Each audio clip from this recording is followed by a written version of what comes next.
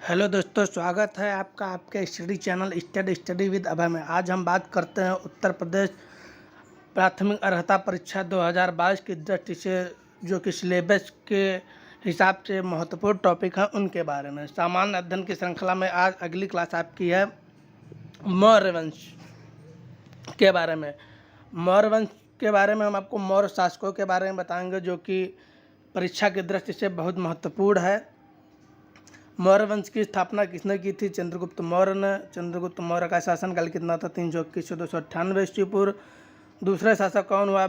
बिंदुसार, और बिंदुसार का शासन था 298 से 273 ईस्वी पूर्व। और उसके बाद महान शासक हुआ अशोक महान, जो कि अशोक महान जो है वो आपके सिलेबस में है, इसलिए अशोक महान के बारे में आपको ज़्यादा डिटेल से बताएंगे। अशोक महान का शासनकाल जो था जो वो 273 ईस्वी से 232 ईस्वी पूर्व तक चला। सबसे पहले बात करेंगे हम चंद्रगुप्त मौर्य की।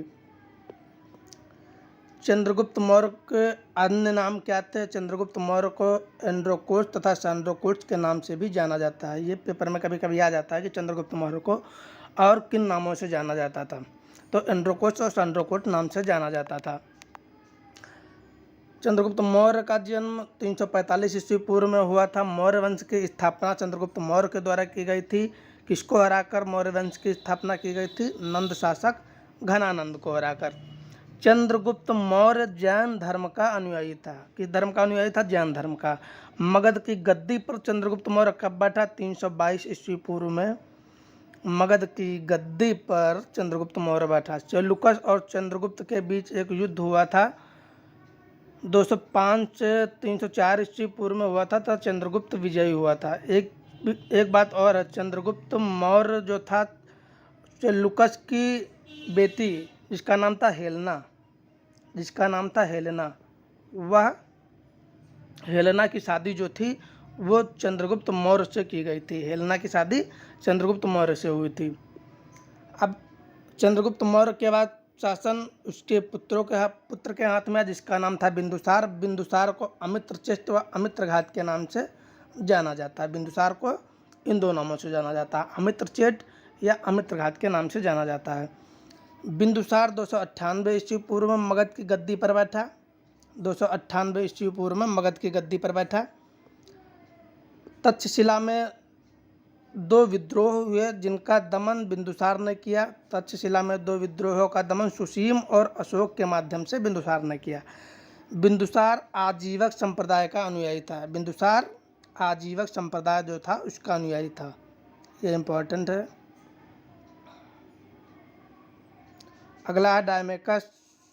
कौन था डायमेकस? सीरिया का राजदूत था जो कि भारत आया था। डायमेकस सीरिया का राजदूत था जो कि भारत आया था बिंदुसार के समय।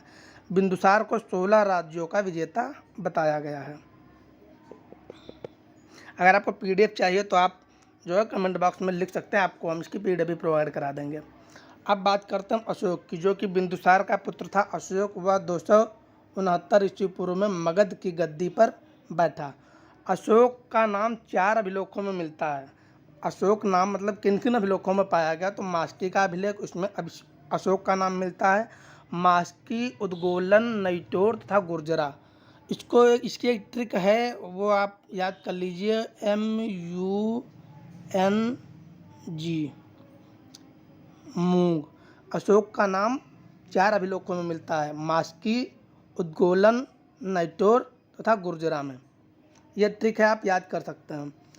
प्रयाग और कौशाम्बी अभिलेख में क्या मिला है? पत्नी कारुबाकी का उल्लेख। और कौशाम्बी के अभिलेख को रानी का अभिलेख भी कहा जाता है। कौशाम्बी के अभिलेख को रानी का अभिलेख भी कहा जाता है।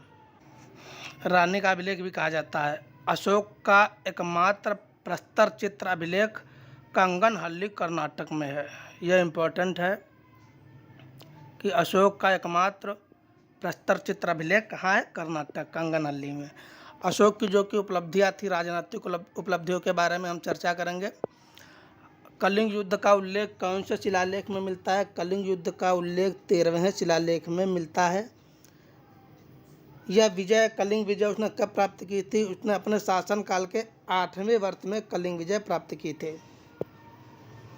कलिंग विजय में हुए भीषण रक्तपात को जब अशोक ने देखा तब उसने धम्म नीति को अपना लिया था, यानी बौद्ध धर्म को अपना लिया था, धम्म नीति को उसने अपना लिया था। अशोक बौद्ध धर्म का अनुयायी बन गया था। अशोक के समय में ही, यह इम्पोर्टेंट है, अशोक के समय में ही तृतीय बौद्ध संगीत 251 ईस्वी पूर्व में आयोजित की गई। ये इम्पोर्टेंट, मोस्ट इम्पोर्टेंट है। अशोक के समय में ही तृतीय बौद्ध संगीत आयोजित की गई थी। अशोक ने श्रीनगर की स्थापना की, मोस्ट इम्पॉर्टेंट है। नेपाल में ललितपत्तन नगर की स्थापना अशोक ने ही की। अशोक की पुत्री चारुमती ने नेपाल में देवपत्तन नगर की स्थापना की। अशोक ने आजीविकों के रहने के लिए, ये इम्पोर्टेंट है, आजीविकों के रहने के लिए बराबर की पहाड़ियों का नाम पूछ देता है। बराबर की पहाड़ियों में 4 गुफाओं का निर्माण कराया, जिनका नाम कर्ज, चौपार, सुदामा और विश्व झोपड़ी था। शिलालेख को पढ़ने में सबसे पहले सफलता किसने पाई? जेम्स प्रिंसेप ने सफलता प्राप्त की थी। अशोक के शिलालेखों की संख्या, ये इम्पोर्टेंट है। अशोक के शिलालेखों की संख्या जो है वो 14 है तथा स्तंभ लेखों की संख्या 7 है। कौशाम्बी अभिलेख को, जैसा कि हमने अभी बताया था कि उसे रानी का अभिलेख कहते हैं। प्रशासन की सबसे छोटी इकाई गांव थी, जिसका मुखिया ग्रामीण कहलाता था। ये इम्पोर्टेंट है। सरकारी भूमि को सीता भूमि कहते थे, ये भी इम्पोर्टेंट है, ये मोस्ट इम्पोर्टेंट है, इसको नोट कर लीजिएगा। मौर्य वंश का जो अंतिम शासक था वह बृहद्रथ था। बृहद्रथ, जिसे पुष्यमित्र शुंग ने, जो कि सेनापति था बृहद्रथ का, पुष्यमित्र शुंग, इसने बृहद्रथ को मारकर शुंग वंश की स्थापना की थी। शुंग वंश